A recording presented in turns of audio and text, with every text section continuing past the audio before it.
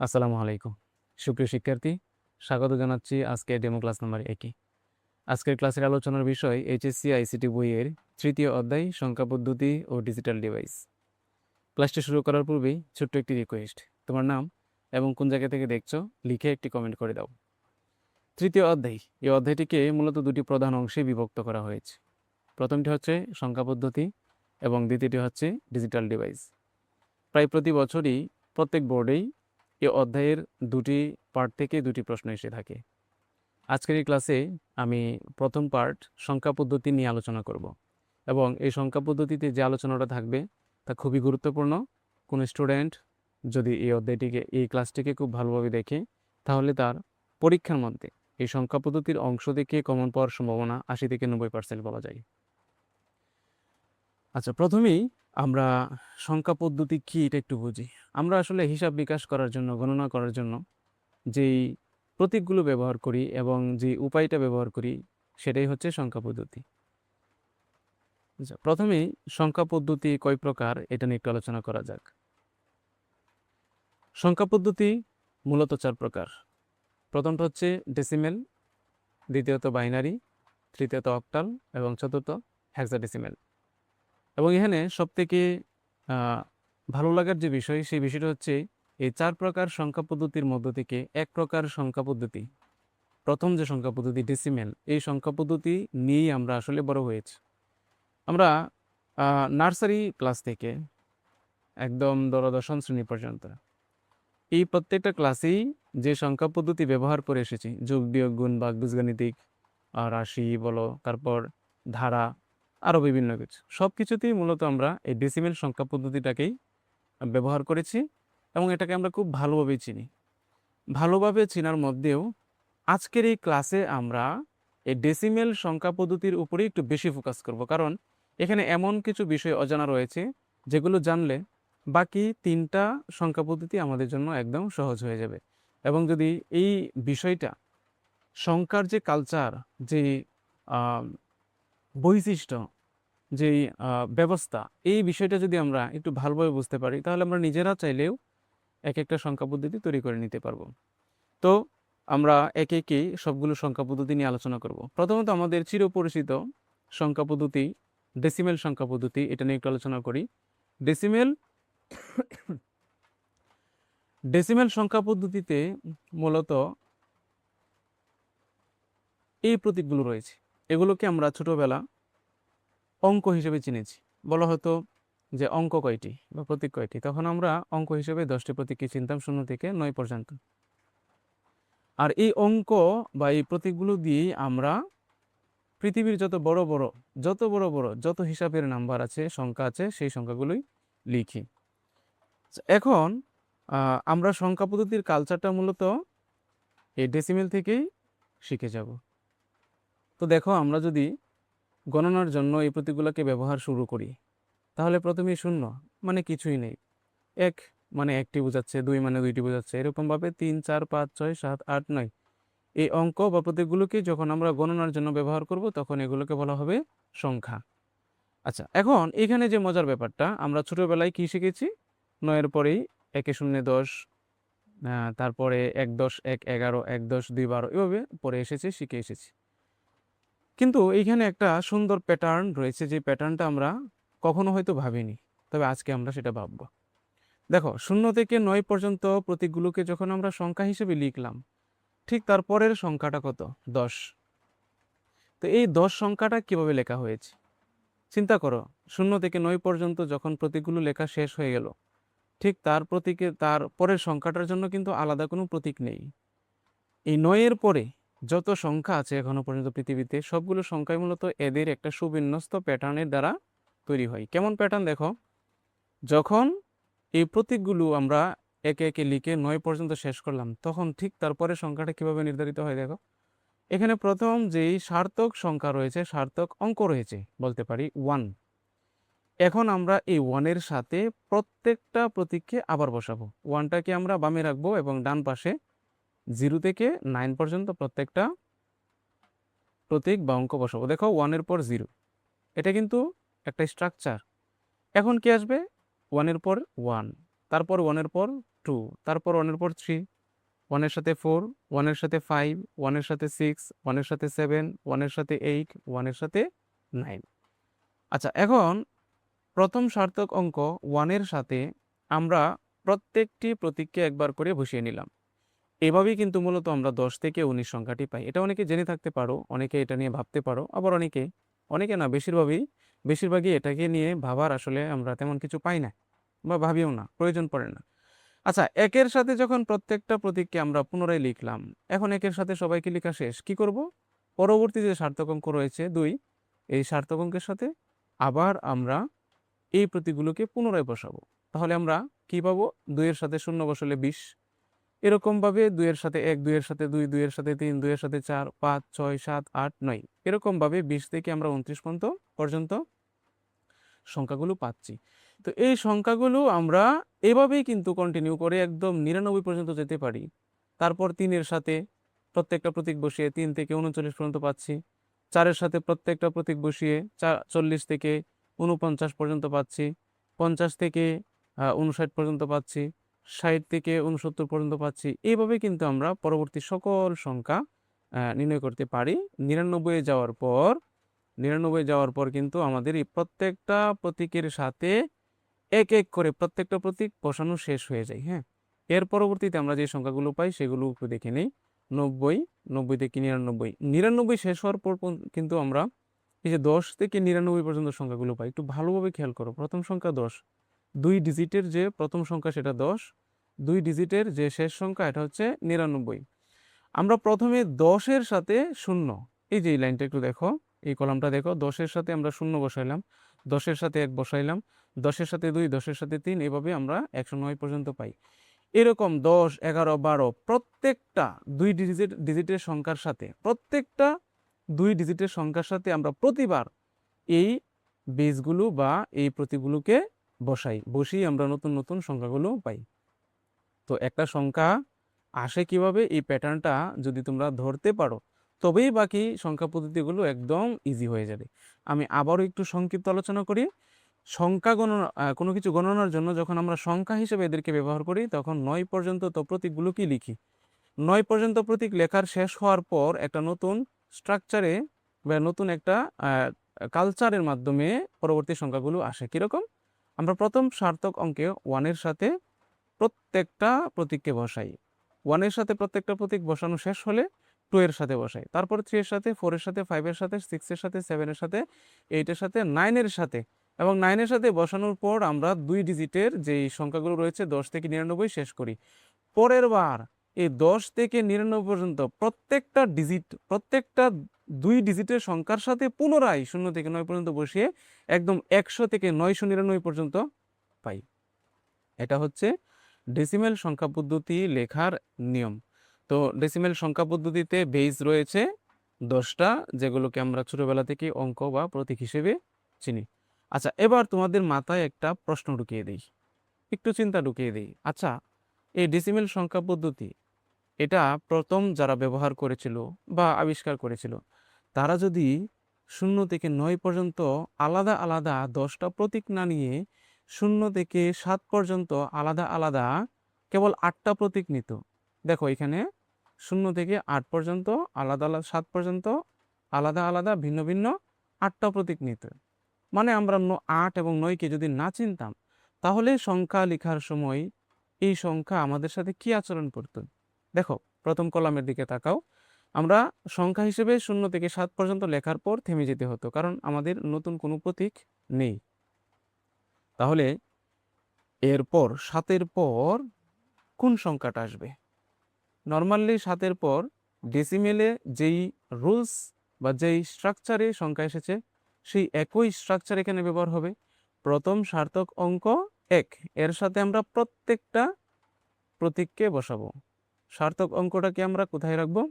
সার্থক অঙ্কটাকে রাখবো আমরা বামে, আর ডানে আমরা এই প্রতীকগুলোকে একবার করে বসাবো। দেখো 1-এর সাথে 0, তারপরে 1-এর সাথে 1, 1-এর সাথে 2, 1-এর সাথে 3, 1-এর সাথে 4, 1-এর সাথে 5, 1-এর সাথে 6 এবং 1-এর সাথে 7।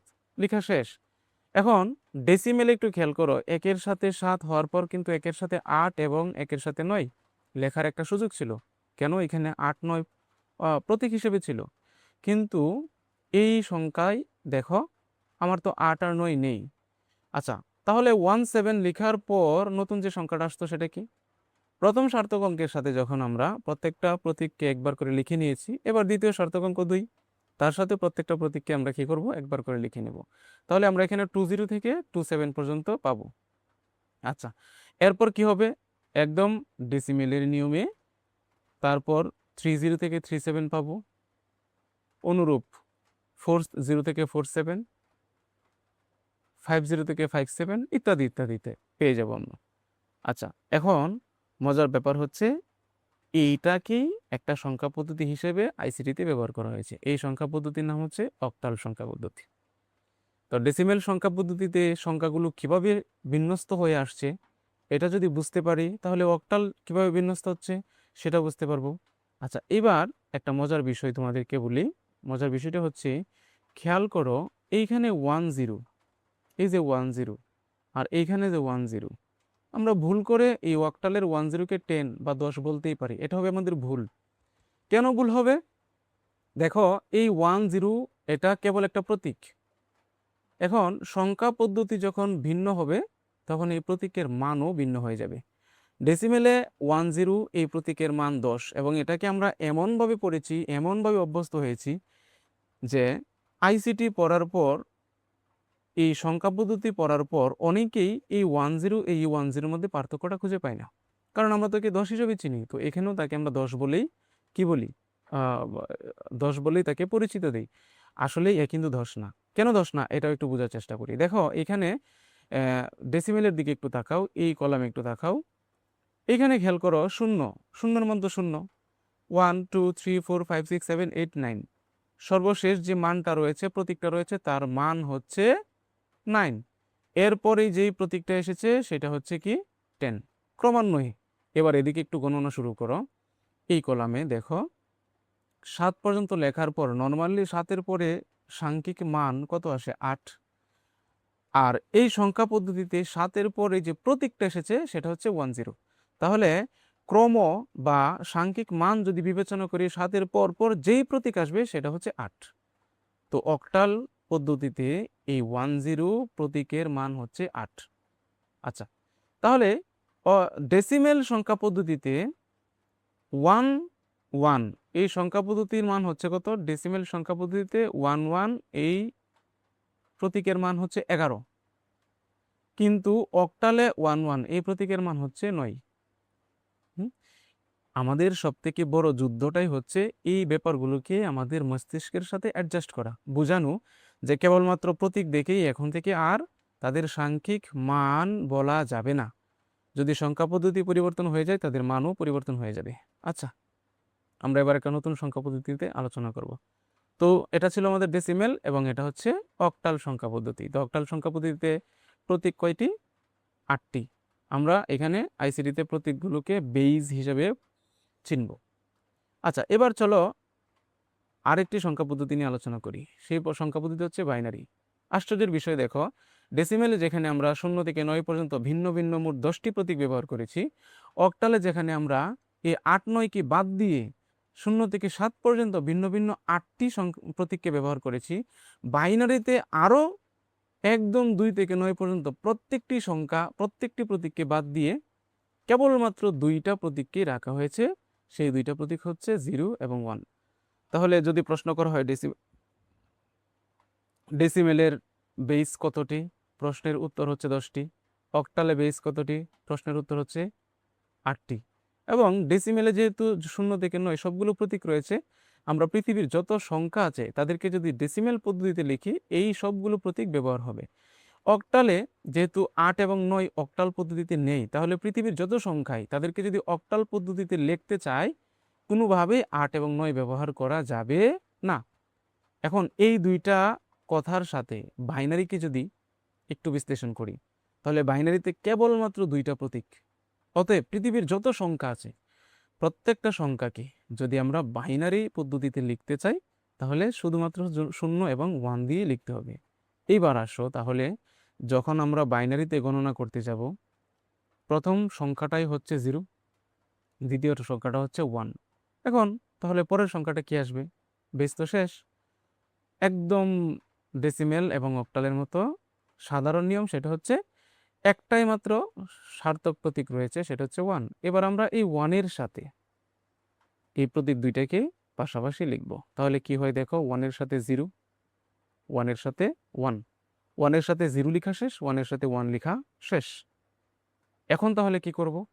এখন নতুন করে যে 10 এবং 11 পেলাম, এই 10-র সাথে পুনরায় এই প্রতীক দুটোকে বসাবো। তাহলে প্রথমে পাবো আমরা 100, পরে পাবো 101। ওকে, 10-র সাথে তো আমার দুইটা প্রতীক লেখা শেষ। এখন কি করব? এখন পরের সংখ্যা 11, এর সাথেও আমরা 0 দিব, আবার 11-এর সাথে 1 দেব। এই হচ্ছে আরো 4টা সংখ্যা।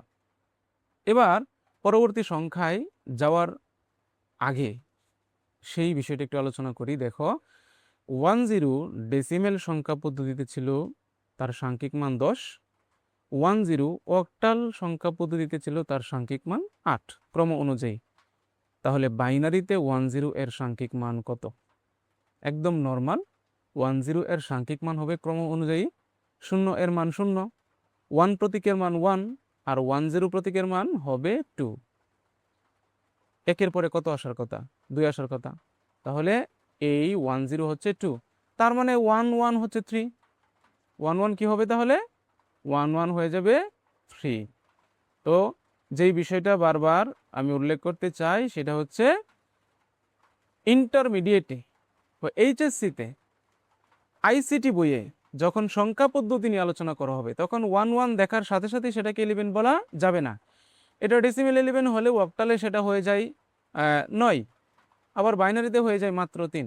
আরও একটা মজার ব্যাপার দেখি, ডেসিমেলের জন্য দেখো 100 ছিল 100, কিন্তু বাইনারিতে যেহেতু এটার প্রতীক খুবই অল্প, মাত্র 2টা প্রতীক, সেজন্য বাইনারিতে সিরিয়াল অনুযায়ী বা ক্রম অনুযায়ী 1, এই 1 হচ্ছে 1 নর্মালি 1, তারপরে 10 হচ্ছে 2, 1 হচ্ছে 3, ঠিক তারপরে ক্রমে সংখ্যাটা আসে 100, এটা হচ্ছে 4।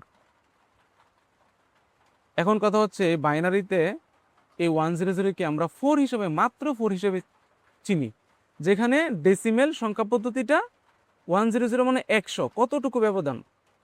এর একমাত্র কারণ হচ্ছে বাইনারিতে তার বেস সংখ্যা এত কম পরিমাণ বেস। এখন যদি আমরা পরের ধাপে যাই, এখন কি করব? 100 এর সাথে আবার 0 লিখবো, আবার 1 লিখবো। ক্লিক করি, দেখো 100 এর সাথে 0 লেখা হলো, এবার 100 এর সাথে 1 লেখা হলো। ফাইন, 100 এর সাথে কাহিনী শেষ। এবার 101 এর সাথে 0 লেখা হলো, 101 এর সাথে 1 লেখা হলো, আবার 110 সাথে 0 লেখা হলো, 110 সাথে 1 লেখা হলো। ওকে, 110 সাথে কাহিনী শেষ। এবার সর্বশেষ 111 এর সাথে 0 লেখা হলো, 111 এর সাথে 1 লেখা হলো।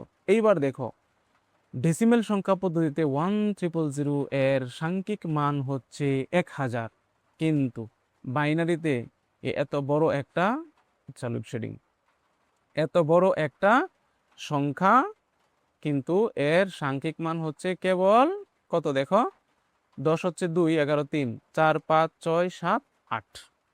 তাহলে এটা হচ্ছে 9, এটা 10, এটা 11, এটা 12, এটা 13, এটা 14, এটা 15। খুব মজার বিষয়, এবং মজার হলেও আইসিটিতে যখন আমরা এই সংখ্যা পদ্ধতি শুরু করি, তখন আমাদের মস্তিষ্কের সাথে এই একটা সংগ্রাম করতে হয়। 10কে 10 বলা যায় না, আবার 100কে 100 বলা যায় না। সংখ্যা পদ্ধতি পরিবর্তনের সাথে সাথে এই প্রতীকগুলোর মান পরিবর্তন হয়ে যায়। আচ্ছা, তাহলে আমরা এখন পর্যন্ত 3টা সংখ্যা পদ্ধতি দেখে নিলাম। তাহলে পরবর্তী সংখ্যা পদ্ধতি কি? পরবর্তী সংখ্যা পদ্ধতি হচ্ছে হেক্সাডেসিমেল। ওকে, আচ্ছা, হেক্সাডেসিমেল মানে হচ্ছে, হেক্সা তো 6, ডেসিমেল 10, একসাথে যদি যোগ করি তাহলে কত দাঁড়ায়? তাহলে দাঁড়ায় 16।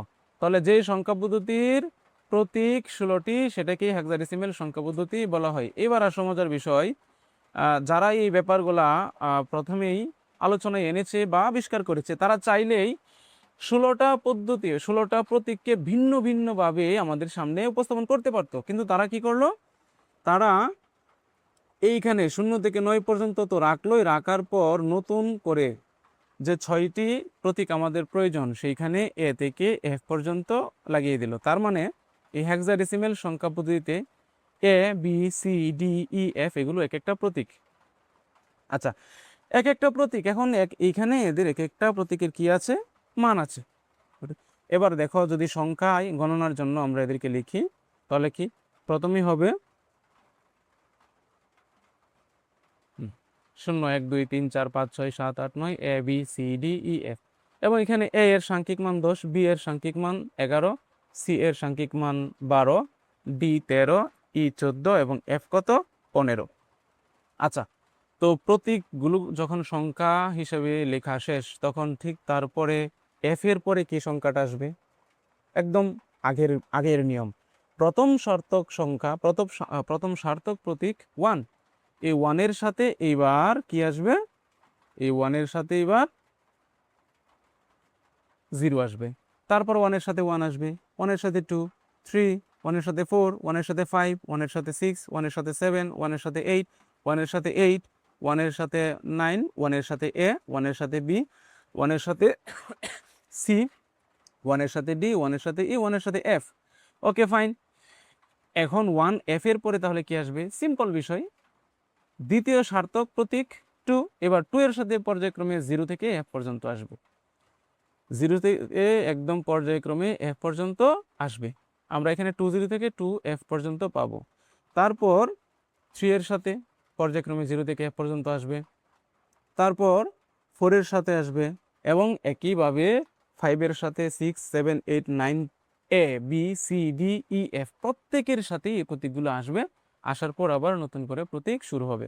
এইবার এখানে আমি আবারও একটু আলোচনায় আনি, এই যে খেয়াল করো এখানে 10 যে প্রতীকটা রয়েছে, হেক্সাডেসিমেলে যে 10 প্রতীকটা রয়েছে, এই 10 প্রতীকের সাংখ্যিক মান তাহলে কত, হেক্সাডেসিমেলে এই 10 এর সাংখ্যিক মান হচ্ছে 16। কিভাবে 16 দেখো, 1 is 1, 2 মানে 2, 3 মানে 3, এরকম হবে, 9 মানে 9, এ মানে 10, বি মানে 11, সি মানে 12, ডি মানে 13, ই মানে 14, এফ মানে 15। তাহলে পর্যায়ক্রমে 15 বা 15 এর পরে সাংখ্যিক মান কত, 16 বা 16। এখন হেক্সাডেসিমেলে সংখ্যা পদ্ধতির যে রুলস রয়েছে, যেই পদ্ধতি রয়েছে, যে স্ট্রাকচার রয়েছে, সেই স্ট্রাকচার অনুযায়ী এফ এর পরপরই 10 আসে, আর সাংখ্যিক মানের দিক দিয়ে বা ক্রমের দিক দিয়ে এটা হচ্ছে 16 নাম্বার, এই জন্য এইখানে 10 এর মান 16। তাহলে সংখ্যা পদ্ধতির ব্যাপারটা আসলে কি আশা করি বোঝাতে পেরেছি। এই 4 প্রকার সংখ্যা পদ্ধতি, এখন তুমি চাইলে যে কোনো সংখ্যা পদ্ধতি বানিয়ে নিতে পারো তোমার ইচ্ছা মতো। তারা যদি A B C D E F কে প্রতীক হিসেবে ব্যবহার করতে পারে, তুমিও এক্স ওয়াই জেড কে প্রতীক হিসেবে ব্যবহার করতে পারো।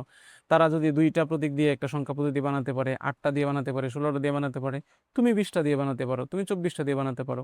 মানে এটা আমরা এই পদ্ধতির রুলস বা পদ্ধতির যে স্ট্রাকচার রয়েছে, এটা যদি বুঝতে পারি তাহলে আমরা নিজেরাও সংখ্যা পদ্ধতি বানিয়ে ব্যবহার করতে পারবো। আচ্ছা, এবার কথা হচ্ছে এই সংখ্যা পদ্ধতি দিয়ে এখন আমরা কি করব। একদম সিম্পল বিষয়, আমরা ক্লাস 1-2 এ যখন পড়তাম, 3-তে যখন পড়তাম, তখন এই সংখ্যা পদ্ধতি, ডেসিমেল সংখ্যা পদ্ধতি, আমাদের এই পরিচিত সংখ্যা পদ্ধতি নিয়ে যখন পড়ানো হতো তখন কি পড়ানো হতো মনে আছে তোমাদের? হ্যাঁ, তখন আমাদেরকে যোগ, বিয়োগ, গুণ, ভাগ ইত্যাদি পড়ানো হতো। আর তোমাদের ইন্টারমিডিয়েট এই এইচএসসি লেভেলে এসেও তোমরা যোগ বিয়োগ করবে। হ্যাঁ, গুণ ভাগ আছে, কিন্তু এটা পরীক্ষার জন্য খুব একটা গুরুত্বপূর্ণ না। তাহলে তোমরাও এখন যোগ বিয়োগ করবে, কিসের যোগ বিয়োগ, বাইনারির যোগ বিয়োগ, অক্টালের যোগ বিয়োগ, হেক্সাডেসিমেলের যোগ বিয়োগ। হ্যাঁ, আচ্ছা, আবার এখন এই যে যোগ বিয়োগের আগে আরেকটা বিষয় বলে নেই, সেটা হচ্ছে ধরো এই যে এখানে আমরা ডেসিমেলের ক্ষেত্রে যে 100 পেলাম, হ্যাঁ, ডেসিমেলের ক্ষেত্রে যে 100 পেলাম, বাইনারির ক্ষেত্রে তো তাহলে এই প্রতীকটা থাকছে না। আমরা ইতিমধ্যে কিন্তু 100% শিওর যে বাইনারির মধ্যে 100 হিসাবে এই প্রতীকটা থাকছে না। বাইনারিতে 100 এর জন্য তাহলে কি প্রতীক আসবে আমরা কি জানি? নাকি এটা এভাবেই খুঁজে খুঁজে লিখে লিখে বের করব? এটা কি লেখা আমাদের জন্য কঠিন হয়ে যায় না? ধরো ডেসিমেলে 1000, এটা বাইনারিতে কি প্রতীক হবে, বা অক্টালে কি প্রতীক হবে, বা হেক্সাডেসিমেলে কি প্রতীক হবে? 1000 চিন্তা করো 1000তম যে প্রতীকটা, সেই প্রতীকটা অক্টালে লিখতে গেলে, হেক্সাডেসিমেলে লিখতে গেলে আমাদের অনেক বেগ পেতে হবে, খুবই নর্মাল বিষয়। তাহলে পদ্ধতি কি? হ্যাঁ, আমরা কিছু নিয়ম শিখে সেই নিয়মগুলোকে ব্যবহার করে খুব সহজেই যে কোনো বড় মানের ডেসিমেলকে বাইনারি সংখ্যায় প্রতীকে লিখতে পারি, অক্টালে লিখতে পারি, হেক্সাডেসিমেলে লিখতে পারি। শুধু ডেসিমেলকে না, বাইনারিকেও আমরা যে কোনো তিনটাতে নিতে পারি, অক্টালকেও অপর তিনটাতে নিতে পারি, হেক্সাডেসিমেলকেও অপর তিনটাতে নিতে পারি। এগুলোকে বলা হয় সংখ্যা পদ্ধতির রূপান্তর। তোমাদের আই এই এইচএসসি পরীক্ষার জন্য এই রূপান্তরগুলো 100% গুরুত্বপূর্ণ, কিন্তু এই রূপান্তরগুলো আমরা আলোচনা করব একদম শেষে, ভিডিওটির শেষে। ওকে, তাহলে এখন আমরা কি করব? এখন আমরা প্রথমেই সংখ্যা পদ্ধতির যোগ বিয়োগগুলো দেখে নেব। তো যোগ বিয়োগ দেখার পূর্বে আমরা প্রথমেই ডেসিমেলের, আমি কিন্তু ক্লাসটা শুরু করার প্রথমে বলেছিলাম আমরা চিরপরিচিত যেটা নিয়ে বড় হয়েছি সেই ডেসিমেলের উপরেই বেশি জোর দেব আজকে, কারণ এইখানে আমাদের অনেক কিছু শেখা আছে কিন্তু অনেক কিছু জানা নেই। আমরা এইগুলো যদি জানতে পারি, এই সিস্টেমটাকে যদি বুঝতে পারি, তাহলে বাকি সব তিনটা, শুধু তিনটা নয়, আমরা যদি নিজেরা কোনো সংখ্যা পদ্ধতি বানাই, সেই সংখ্যা পদ্ধতিরও যোগ বিয়োগ করে নিতে পারবো। ওকে, তাহলে শুরু করি। আমরা চলে যাব প্রথমে বিয়োগের কাছে, কারণ বিয়োগটা বোঝা একটু সহজ হয়ে যাবে। বিয়োগটা বোঝা একটু সহজ, আমরা বিয়োগের কাছে চলে যাই, সাবট্রাকশন। ওকে, এবার আমরা বিয়োগের জন্য যেই পেজ রয়েছে আমরা এখানে চলে আসলাম। তো দেখো এখানে সংখ্যা পদ্ধতিতে ক্লিক করলে 4 প্রকার সংখ্যা পদ্ধতি আছে। তো যে কোনো সংখ্যা পদ্ধতির বিয়োগটা আমরা করতে পারবো। তবে আমরা প্রথমেই কার বিয়োগ করব? ডেসিমেলের, যেটা আমরা সবাই পারি। তোমরা যারা বাড়িতে তোমাদের ছোট ভাই বোন আছে তাদেরকে যোগ বিয়োগ করো না? হ্যাঁ, তোমরা কি করো নাই যোগ বিয়োগ? এই এই যোগ বিয়োগই আমরা এখন করব। প্রথমে বিয়োগটা দেখি। তো বিয়োগের ক্ষেত্রে আমি এখানে একটা কাজ করি, ডিজিটটা বাড়িয়ে নিই, 3 ডিজিটের একটা বিয়োগ করি। তো 3 ডিজিটের বিয়োগের সময়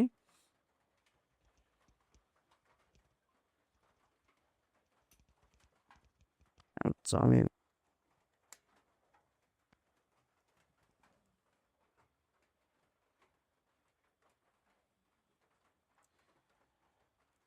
ওকে, 3 ডিজিটের বিয়োগ, আমাদের চির পরিচিত বিয়োগ। আমি 3টা ডিজিট নিয়ে নিলাম। আচ্ছা, এখানে আমি ডিজিটটাকে একটু চেঞ্জ করে নিই। দেখো আমি যেই বিষয়টা এখানে বোঝাতে চাই সেটার উপর সবাই ফোকাস করবে। কি ফোকাস? আমরা যখন বিয়োগ করি তখন উপরের ডিজিটটা যদি নিচের ডিজিট থেকে ছোট হয়ে যায়, তখন কিন্তু আমরা পূর্বের ডিজিট থেকে ধার আনি। হ্যাঁ, এই ধার আনাটা আমাদের আজকের এই বিয়োগের সব থেকে গুরুত্বপূর্ণ বিষয়।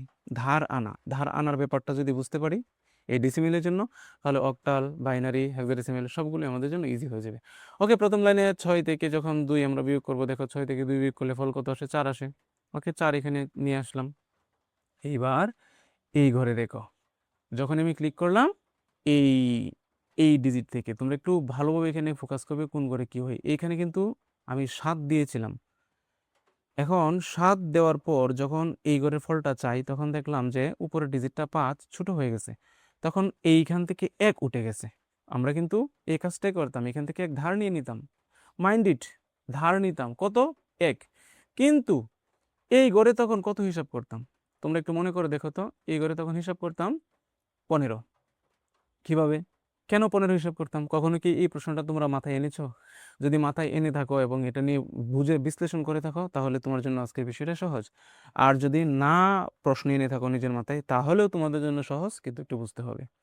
আচ্ছা, আবারও আমি বলি, যখনই আমি ইগরের ফলটা চাইলাম, তখন দেখো ইগরটা ছোট হওয়ার জন্য, 5টা ছোট হওয়ার জন্য তার পূর্বের ডিজিট থেকে 1 ধার আসছে। কিন্তু ধার আসার পর দেখো এই এই ডিজিটের ঘরে 10 যোগ হবে। এই ডিজিটের ঘরে যদি 15 হতে হয়, কত যোগ হবে বলো তো? 10 যোগ হবে। তাহলে দেখি, এই যে দেখো আমি এখানে ক্লিক করার সাথে সাথে 10 হয়ে গেল, এখানে আসলো, এইবার হয়ে গেল 15। ব্যাপারটা ক্লিয়ার? আমি যদি এখান থেকে ফল নিই, তাহলে এই 7 এখানে আসবে। এবার তোমাদের কাছে আমার প্রশ্ন, 10 কেন যোগ হলো? পূর্বের ডিজিট থেকে মাইনাস হলো 1, কিন্তু এই ডিজিটে এসে প্লাস হলো 10।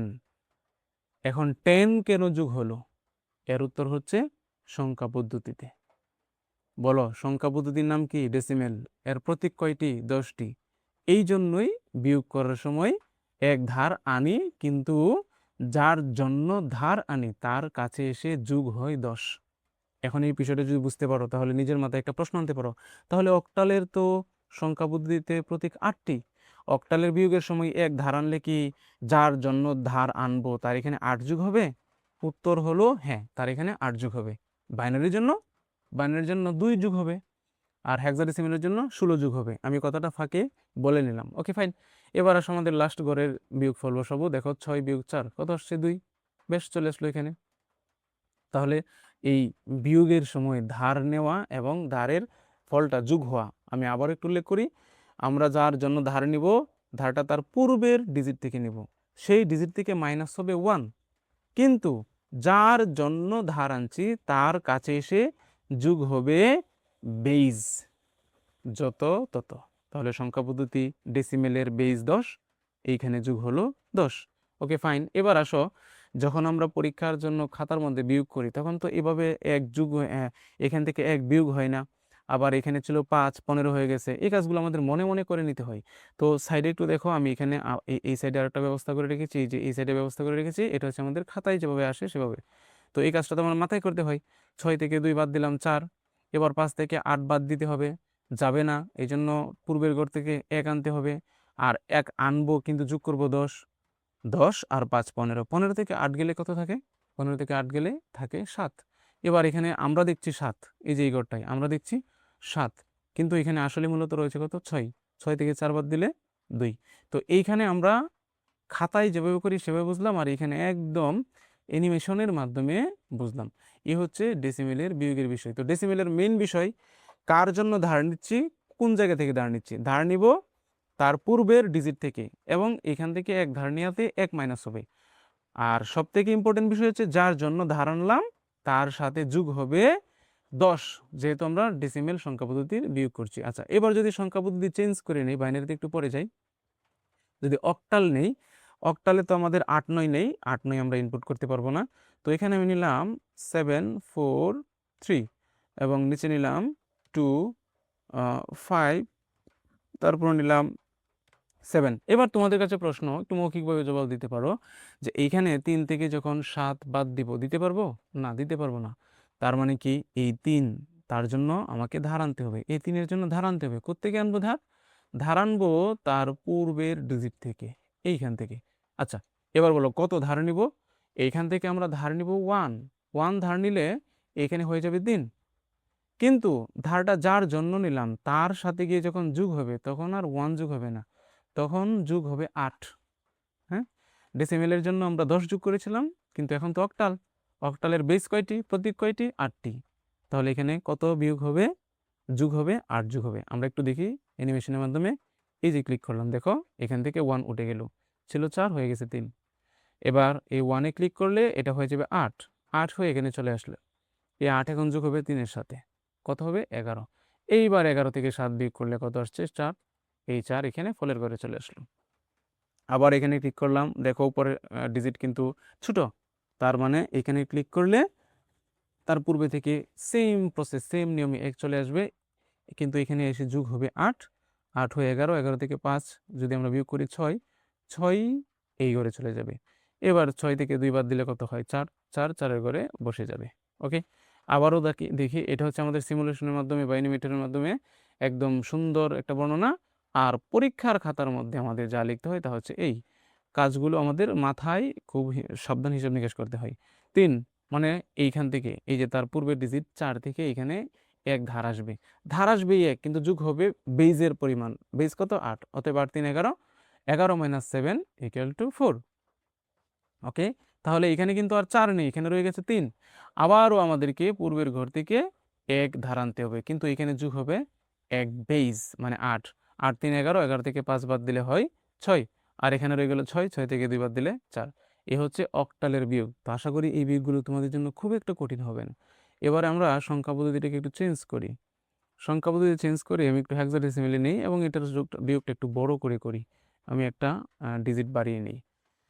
ওকে, তো প্রথমে আমরা সংখ্যা নিলাম এ, হেক্সাডেসিমেলে এ থেকে এ পর্যন্ত আছে। এখানে নিলাম 2 3 এবং নিলাম 5। আচ্ছা, একটু চেঞ্জ আনি আমি এখানে, এই ঘরটাতে আমি 0 নেই, আর এটার মধ্যে আমি একটা জিরো নেই, জিরোর তো একটা ব্যাপার আছে। ওকে, এখানে নিলাম আমরা 2, তারপরে নিলাম ধরো 3, তারপর নিলাম 2, তারপর নিলাম কত নেব এখানে 6 নেই, অথবা এ নিই, এ না সি নিলাম। ওকে, এবার দেখো বিয়োগ করি। ভালোভাবে খেয়াল রাখো, এই সংখ্যা পদ্ধতি হেক্সাডেসিমেল, হেক্সাডেসিমেলের বেজ হচ্ছে 16টি। এই যে এখানে লেখা আছে দেখো, এইখানে লেখা 16টি। হ্যাঁ, এই সংখ্যা পদ্ধতির নাম কি? হেক্সাডেসিমেল। আর হেক্সাডেসিমেলের বেজ কতটি? হেক্সাডেসিমেলের বেজ হচ্ছে 16টি। এই যে এখানে কোনায় লেখা আছে 16টি। অতএব আমরা ধার আনবো 1, কিন্তু যোগ করব বেজ পরিমাণ মানে 16। তো এখানে দেখো 5 আর সি এর সমতুল্য মান হচ্ছে 12, তাহলে 5 থেকে তো আর 12 বিয়োগ করা যায় না। 5-এর জন্য আমাকে পূর্বের ঘর থেকে 1 ধার আনতে হবে, কিন্তু আনফর্চুনেটলি এ নিজেই 0। সে আনার চেষ্টা করবে তার পূর্বের ঘর থেকে, আনফর্চুনেটলি সেও 0। তার মানে ধার আসবে এই ঘর থেকে, এই ঘর থেকে ধার, দেখো এই ঘর থেকে ধার পাবে এ, এর কাছ থেকে ধার পাবে এ, এবং এর কাছ থেকে ধার পাবে এ। ঠিক আছে? তো দেখো আমরা একটু দেখি, এইখানে ক্লিক করার সাথে সাথে এইখান থেকে ধার উঠে গেল, এখানে ছিল এ, এর মান ছিল 10, এখন হয়ে গেল 9। এখন এইখানে দেখো 16 হয়ে গেছে, এই 16টা এই ঘরে যোগ হবে, 0 + 16 কত হয়? 16 হয়। আর 16 থেকে আবারও 1 উঠে গেল, কার জন্য? এর জন্য। এখন 16 ছিল, 1 উঠে যাওয়াতে 15 হয়েছে, 15-এর সমতুল্য মান হচ্ছে f। আবার অনেক ক্লিক করলাম, আবার 16 হয়ে এখানে আসলো, আবার এই 16 0-এর সাথে যোগ হলো, এই 1 থেকে 1 উঠে এলো, এই 1 এখানে গিয়ে যোগ হবে। তো 16 আর 5 কত বলো? 21। এই যে 21 হলো, 21 থেকে সি এর সমান 12 বিয়োগ হয়ে যাবে 9, এই 9 এসে বসে যাবে এই ঘরে। ওকে, এবার দেখো এফ, এফ থেকে 2 অনায়াসে কি যায়? বাদ দেওয়া যায়। 13 এর সমতুল্য মান হচ্ছে ডি। এফ থেকে 3 মানে 15, থেকে 3 বাদ দিলে হয় 12 এর সমতুল্য মান সি। আর এখানে হচ্ছে 9, 9 থেকে 7, 2 বাদ দিলে 7, 7 এর মান এই। তো আশা করি বিয়োগের ব্যাপারটা বুঝতে পেরেছ। এখন যদি আমরা শেষ সংখ্যা পদ্ধতি বাইনারির বিয়োগটা করি, তো বাইনারির বিয়োগ করতে গেলে ধরে নিলাম এই 1 1 1 নিলাম, 1 1 1। ওকে, তো 0 থেকে 1 তো বাদ হবে না, কি হবে? দেখো এই ঘর থেকে 1 উঠে গেল। হ্যাঁ, এই ঘর থেকে 1 কি হলো? উঠে গেল। এখানে কিন্তু কি ছিল? 1 ছিল, 1-এর 1ই উঠে গেল। তার মানে ধার যাবে 1, কিন্তু গিয়ে যার জন্য ধার নিচ্ছি তার কাছে যোগ হবে বেইজ এর পরিমাণ। বলো আমরা কোন পদ্ধতিতে আছি? এইখানে দেখো বাইনারি পদ্ধতিতে আছি। এই যে বাইনারি পদ্ধতি, বাইনারি পদ্ধতিতে বেইজ কতটি? 2টি। তাহলে এখন যার জন্য ধার নিলাম সেখানে কত যোগ হবে? সেখানে যোগ হবে এই যে বেইজ 2 রয়েছে এদিকে। ওকে, ক্লিক করে দেখি কি হয়। আশা করি অ্যানিমেশনের মাধ্যমে এই ব্যাপারটা তোমরা ভালো বুঝতে পারবে। এই যে 2, এখন 2 শূন্যর সাথে যোগ হবে 2, 2 থেকে 1 বাদ দিলে 1, 1 এসে ফলের ঘরে বসলো। এবার এখানে কিন্তু 0 হয়ে গেল। এখানে কিন্তু 0 ছিল না, এখানে তাকাও, এখানে কিন্তু 1 ছিল, কিন্তু অ্যানিমেশনের মাধ্যমে দেখার কারণে এই যে ধার নিলাম এটা বাদ হয়ে গেল অটোমেটিকলি। আচ্ছা, এবার এই ঘরে যখন ক্লিক করব তখন তার পূর্বের ঘর থেকে ধার আসবে, কিন্তু এখানে নিজেই 0 আছে, তার মানে একদম এখান থেকে ধার আসবে, এ ধার পাবে, এর কাছ থেকে ধার পাবে এই 0, এবং এই 0-এর কাছ থেকে ধার পাবে, দেখো এই ঘর থেকে ধার পাবে ও, ওর কাছ থেকে ধার পাবে এ। একটু দেখি কেমন হয়। এখানে ক্লিক করলাম, এই যে 1 উঠলো, 2 হয়ে এখানে এসে যোগ হবে, আবার এখান থেকে 1 হয়ে 1 ধার যাবে, এখানে এসে 2 যোগ হবে। ওকে, এবার তাহলে ফলটা পেয়ে যাচ্ছি 2 বিয়োগ 1 সমান 1, আর এখানে 1 - 1 = 1, 0 সরি 0, এবং এই 0 সরাসরি এখানে এসে বসে যাবে, তাহলে সামনের 0 দুটো তো দাম নেই। তো এই হচ্ছে আমাদের বিয়োগ। তো এই বিয়োগটা যখন আমরা খাতায় করব তখন তো আর এরকমভাবে একদম অ্যানিমেশনের মাধ্যমে যেখান থেকে নিয়ে নিলাম ধার সেখান থেকে 1 মাইনাস হয়ে যাবে, যার জন্য ধার নিলাম তার কাছে গিয়ে বেস পরিমাণ যোগ হবে, এটা তো আর খাতায় দেখানো সম্ভব না। তখন আমাদের একটু ঠান্ডা মাথায় সেই কাজটা করতে হয়। যেমন এখান থেকে 0 থেকে 1 বাদ দেওয়া যায় না, এই ঘর থেকে আমি একটু ব্যবহার করেই গেলাম। দেখো এই যে এই ঘর থেকে এ ধার নিবে, তো এখান থেকে ধার নিবে 1, ফলে এই 1টা 0 হয়ে যাবে। আর ধার নেওয়ার পর যোগ হবে কত? যেহেতু বাইনারিতে আছি, যোগ হবে 2। ওকে, এবার দেখো 2 থেকে 1 বাদ দিলে 1, এবার এখানে ছিল 0, এটা 1, এর ধারের ব্যাপারটা তো আশা করি ব্যাপারটা তোমরা বুঝতে পেরেছ। এই হচ্ছে আমাদের বিয়োগ, সংখ্যা পদ্ধতির বিয়োগ। তোমরা যে কোনো সংখ্যা পদ্ধতিতে এই ব্যাপারটা মনে রাখবে, যার জন্য ধার নিচ্ছি তার পূর্বের ঘর থেকে ধার নিব। ধার নেওয়ার সময় তার পূর্বের ঘর থেকে 1 মাইনাস হবে, আর যার জন্য ধার নিলাম তার এখানে গিয়ে যোগ হবে কত, বেইজ এর সমপরিমাণ। ওকে, এই হচ্ছে আমাদের সংখ্যা পদ্ধতির বিয়োগ। এবার আমরা সংখ্যা পদ্ধতির যোগ দেখব। তো যোগের ক্ষেত্রে আমরা আবারও সেই আমাদের চিরপরিচিত দশমিক বা ডেসিমেল সংখ্যা পদ্ধতির যোগটাকে করব। এখানে যোগের ক্ষেত্রে আমাদের সবথেকে গুরুত্বপূর্ণ যে বিষয়টা সেটা হচ্ছে কি, সেটা হচ্ছে হাতে রাখা সংখ্যা। মনে রেখো, সেটা হচ্ছে কি রাখা, হাতে রাখা সংখ্যা। আচ্ছা, তো আমি এখানে সারি কলম একটু বাড়িয়ে নিই, আমি 3 ডিজিটের যোগগুলো করব। তো প্রথমে আমরা ডেসিমেল সংখ্যা পদ্ধতির, এই যে দেখো ডেসিমেল সংখ্যা পদ্ধতির যোগটা করব, এবং এখান থেকে আমরা আমাদের যে শক্তি, যে এনার্জি, সেটা সৃষ্টি করে নিয়ে যাব অন্য সংখ্যা পদ্ধতির যুগের জন্য। ওকে ফাইন, চলো আমি এখানে কয়েকটা সংখ্যা লিখে নিই। যেমন ধরো 958, তারপরে 8899, তারপরে 999 নিলাম, ইচ্ছা মতো নিলাম। তাহলে প্রথম সারিটা দেখো 899, 899 যোগ করলে কত হয়, 9 9 18, 19 20 26। ওকে, এই যে দেখো 899 এটা হলো 26। এবার আমরা জানি এখানে ফল হবে 6, হাতের থাকবে 2, ফল হবে 6, হাতে থাকবে 2। ওকে, তাহলে ফলের ঘরে এই যে 6 আর হাতের 2 চলে যাবে পরের লাইনে। এই যে দেখো অ্যানিমেশনের মাধ্যমে দেখিয়ে দিলাম। এখন প্রশ্ন হলো, তোমরা বলো তো এখানে হাতের 2 কেন আসলো? এই প্রশ্নটা কি কখনো মাথায় এনেছ? আশা করি মাথায় আনোনি। এইটা বোঝার জন্য আমরা এখন একটু বিশ্লেষণে চলে যাব। কেমন বিশ্লেষণে চলে যাব? এই লাইনের বিশ্লেষণে। দেখো 2 5 9 9, 9 9 18, 18 5 হচ্ছে 23, 23 আর 2 হচ্ছে 25। এই যে দেখো 25। এখন 25-এর ক্ষেত্রে 5 চলে যাবে ফলের ঘরে, 2 থাকবে হাতের। এইবার আমরা হাতের ব্যাপারটা বুঝবো, একটু বিশ্লেষণে চলে যাই। দেখো এই 25-এর মধ্যে এই যে দেখো এখানে মোট হয়েছে 25। দেখো এই যে এখানে হচ্ছে 25 দশমিক বা ডেসিমেলে, হ্যাঁ 25। তোমরা একটু বলো তো 25-এর মধ্যে আমরা 10 সংখ্যাটাকে কতবার পাই? 2 বার পাই। কেমন? 10 আরো 10 আরো 5। তাহলে বলতে পারি 25-এর মধ্যে 10 রয়েছে 2টা, আর অবশিষ্ট রয়েছে 5।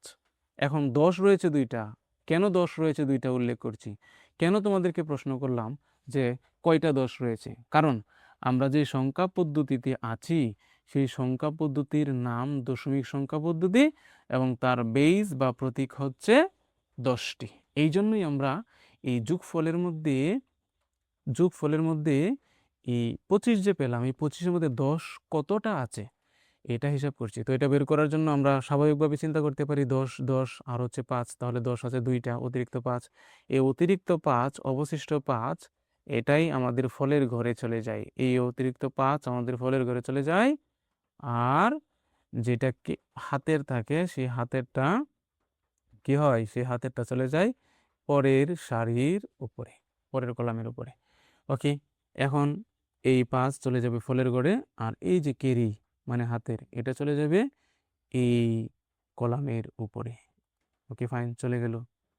আচ্ছা, এবার এই লাইনের যোগফল দেখো, এই লাইনের যোগ হয় 28। তার মানে 28-এর মধ্যে 10 আছে একটা, 2টা, 10 দুগুণে 20, আর অতিরিক্ত থাকে 8। এই 8ই কিন্তু এখানে চলে আসে, এই 8ই কিন্তু এখানে কি হয়, চলে আসে। এই যে অবশিষ্ট 8, এটা চলে আসলো ফলের ঘরে, আর 2 যেহেতু 10 2টা রয়েছে, 2বার রয়েছে, এটা চলে যাবে কেরি বা হাতের ঘরে। এখন যেহেতু এখানে আমাদের আর কি নেই, কোনো কলাম নেই, অতএব এই ঘরে সরাসরি এই ফলটা এসে বসে যাবে। তো এখন তোমরা একটু ভালোভাবে চিন্তা করো, আমাদের হাতের সংখ্যাটা আসলে কিভাবে আসে? যোগ করার পর যে সংখ্যাটা পাই সেই সংখ্যাটাকে আমরা হিসাব করি যে এখানে 10 কয়টা আছে। 10 দিয়ে ভাগ করলেই কিন্তু 10 কয়টা আছে এটা আমরা পেয়ে যাই। যেমন 28, 10 দিয়ে ভাগ করলে ফল পাবো 10 দুগুণে 20, মানে 2টা 10 রয়েছে, তাহলে অতিরিক্ত থাকে 8। এই 8ই এসে এখানে বসে। আচ্ছা, এবার আসো আমি সংখ্যা পদ্ধতিটাকে একটু চেঞ্জ করে নিই। হ্যাঁ, তোমরা এখানে যে ব্যাপারটা বুঝেছো সেটা আশা করি মাথায় রাখবে। আমরা এখন রিসেট করে সংখ্যা পদ্ধতি নেব অক্টাল।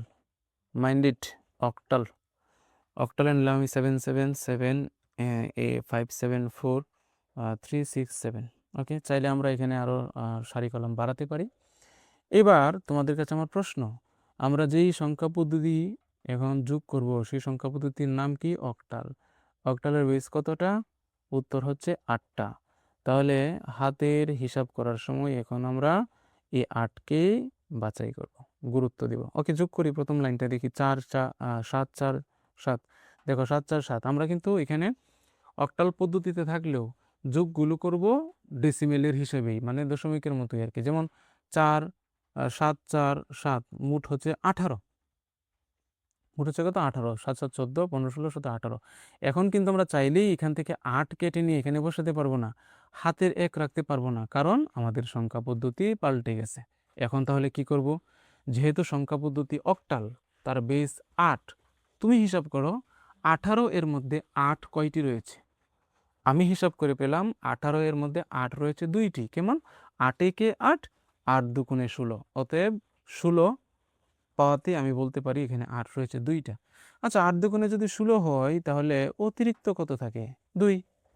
এই অতিরিক্ত জিনিসটাই ফলের ঘরে বসে বিশ্লেষণে যায়। দেখো এইখানে, এই যে দেখো 18কে 8 দিয়ে ভাগ করা হয়েছে। কেন 8 দিয়ে ভাগ করা হলো? আমি জানতে চাই 18-র মধ্যে 8 কতটি আছে। ফল আসলো 2। তার মানে 8 দুগুণে 16। 18-র মধ্যে 8 আছে 2টা। 8 একে 8, 8 দুগুণে 16, তাহলে 2টা 8 পেলাম। আচ্ছা, এখন 16 পেলাম, অতিরিক্ত কত? 2। অবশিষ্ট কত? 2। এই অবশিষ্টটাই চলে আসবে ফলের ঘরে। এই যে অবশিষ্ট 2 চলে আসলো ফলের ঘরে। আর কেরি তাহলে কত? 2। আবারও বলছি, যেহেতু আমাদের 8 রয়েছে, 8 পেলাম 2টা, এই জন্যই কেরি 2। এটা চলে যাবে পরের লাইনে। Okay fine. এবার দেখো 2 7 7 6, 2 7 7 6 কত আসে? 22। এখন তুমি কি 22-এর জন্য 2 ফলের ঘরে বসাবে আর 2 হাতের রাখবে? না, এটা করা যাবে না। কেন করা যাবে না? কারণ আমরা আছি অক্টাল পদ্ধতিতে। দেখো বারবার আমি এই কথাগুলো বলছি, অনেকে বিরক্ত লাগতে পারে। তারপরে বলছি যেন ব্যাপারটা খুব ইজিলি, খুব সহজে বুঝতে পারো। তো এখন দেখো এই 22-এর মধ্যে 8 আছে কয়টা? 8-এ নামাতে পারো। 8 একে 8, 8 দুগুণে 16, 3 আর 24। না, 3 বার তো হয় না, কারণ আমার হাতে এখানে আছেই 22।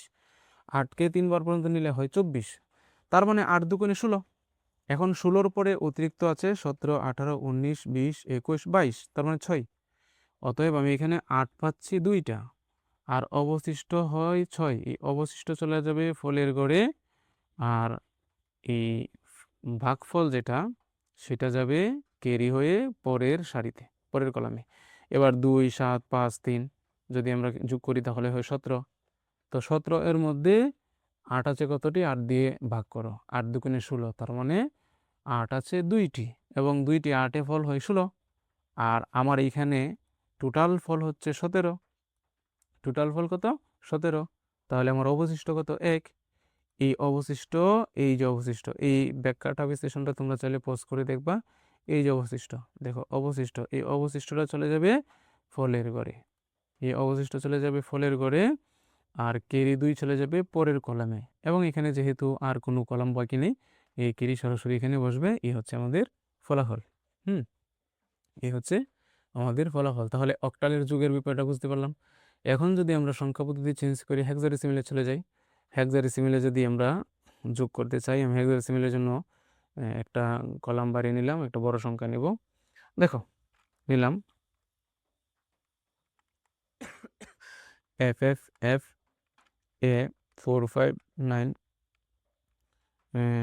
এ, তারপরে BC 9। ওকে, এবার দেখো এফ মানে হচ্ছে 15। এফ হেক্সাডেসিমেলে যার সমতুল্য বাইনারি ডেসিমেল হচ্ছে 15। এবার আমরা দেখো এখানে লিখবো F + 8 + 9, মানে 15 আর 8 আর 9 যদি যোগ করি তাহলে 32। আচ্ছা, 32। তোমরা জানো তো ডেসিমেলে যদি যোগফল 10 হয় তাহলে আমরা ফলের ঘরে 0 বসাই, হাতের 1 রাখি। যোগফল যদি 20 হয় তাহলে আমরা ডেসিমেলে ফলের ঘরে 0 বসাই, হাতের 2 রাখি। আচ্ছা, এখানেও খেয়াল করো 32। আমরা যে সংখ্যা পদ্ধতিতে আছি সেটা হচ্ছে হেক্সাডেসিমেল, আর হেক্সাডেসিমেলের বেস 16টি।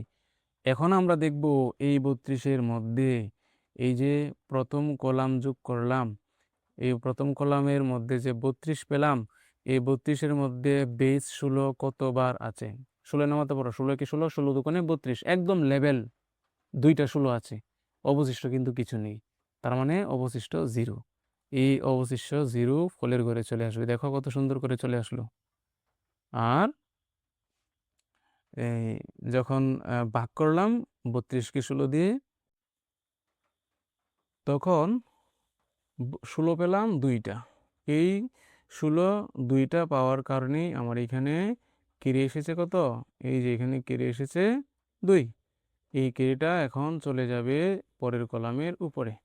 ওকে, এইবার এই লাইনে দেখো 2f 5c, f এর মান 15, c এর মান 12, তাহলে 2 15 5 এবং 12, যদি এদেরকে যোগ করি হয় 34। আবার 16 নামাতে পারো, 16 একে 16, 16 দুগুণে 32। 34কে যদি আমরা বেস 16 দিয়ে ভাগ করি, 34কে যদি আমরা বেস, দেখো 34কে যদি আমরা বেস 16 দিয়ে কি করি, ভাগ করি, তাহলে কি পাচ্ছি? ফল পাচ্ছি 2। তার মানে 16 আছে 2টা। এবার 16 2টা মানে 32, কিন্তু আমার হাতে আছে 34। অতিরিক্ত কত বা অবশিষ্ট কত? ভাগশেষ কত? ভাগশেষ হচ্ছে 2। এই ভাগশেষটা চলে আসবে ফলের ঘরে। দেখো বারবার বলছি, আশা করি ব্যাপারটা তোমরা এখন ইজিলি নিতে পারবে। আর কেড়ে 2 তো আমরা বুঝলাম, এই 2 চলে যাবে পরের কলামে। আবারও 2f 4b, 2f মানে 15, 4 মানে 4b মানে হচ্ছে 11, যোগ করলে হয় 32, বরাবর 32। অতএব 16 আছে 2টা, 16 দুগুণে 32, 16 আছে 2টা।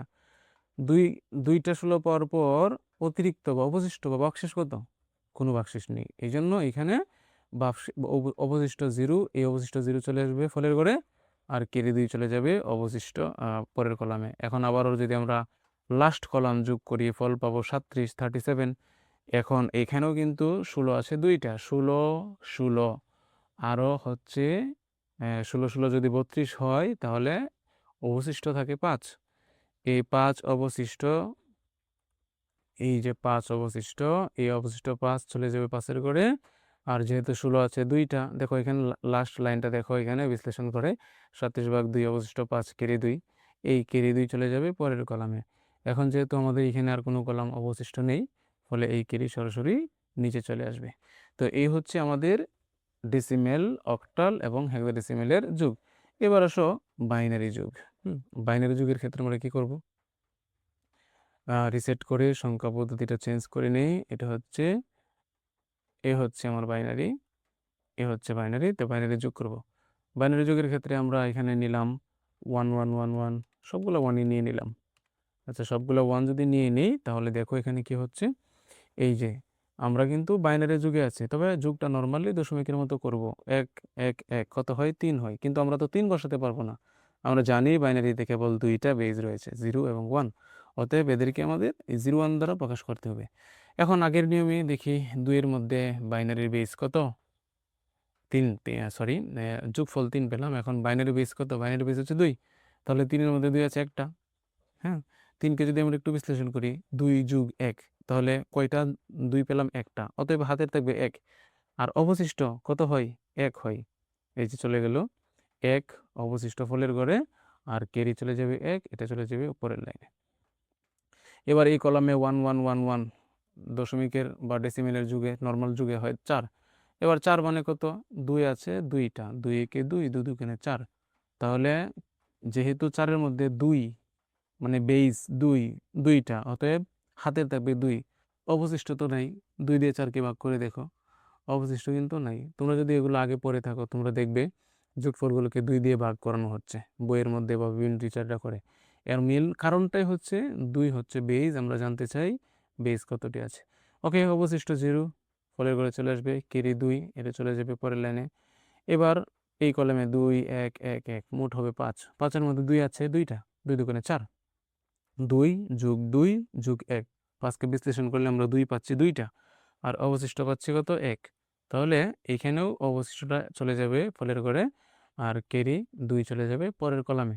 সেম এখানে আবার 5 পেলাম, তার মানে একই কাজ, বিশ্লেষণ, এখানে অবশিষ্ট 1 চলে যাবে, কেরি হচ্ছে 2, 2 চলে যাবে পরের ঘরে। এইবার একটা জিনিস খেয়াল করো, আমার কিন্তু এখানে কলাম নেই, আর অন্যান্য অঙ্কের মধ্যে আমরা এই 2টাকে সরাসরি নামিয়ে ফেলার সুযোগ পেয়েছিলাম, কিন্তু বাইনারিতে সেই সুযোগটা নেই, কারণ 2 বাইনারি প্রতীকে নেই। অতএব এই 2টাকে আবার বাইনারিতে রূপান্তর করতে হবে। তো 2 এর বাইনারি কত? 1 0। ক্লিক করার সাথে সাথে এখানে 1 0 চলে আসলো। এই হচ্ছে আমার বাইনারির যুগ। তো আশা করি তোমরা প্রত্যেকটা সংখ্যা পদ্ধতির যুগ বিষয়টা বুঝেছো। তো যুগের ক্ষেত্রে যেটা সবথেকে গুরুত্বপূর্ণ সেটা হচ্ছে হাতে রাখার বিষয়টা। আচ্ছা, এখন দেখো আমরা তো সংখ্যা পদ্ধতি 4টা জানলাম এবং প্রথমেই জেনে এসেছি যে যখন আমরা এখন আইসিটি পড়ব, আইসিটির মধ্যে যখন সংখ্যা পদ্ধতি পড়ব তখন যে কোনো সংখ্যা দেখলেই আমরা সেটাকে মান বলে দিতে পারবো না। যে কোনো সংখ্যা দেওয়া থাকলে আমরা সেটাকে মান বলে দিতে পারবো না। যেমন ধরো আমি যদি এখানে কি করি,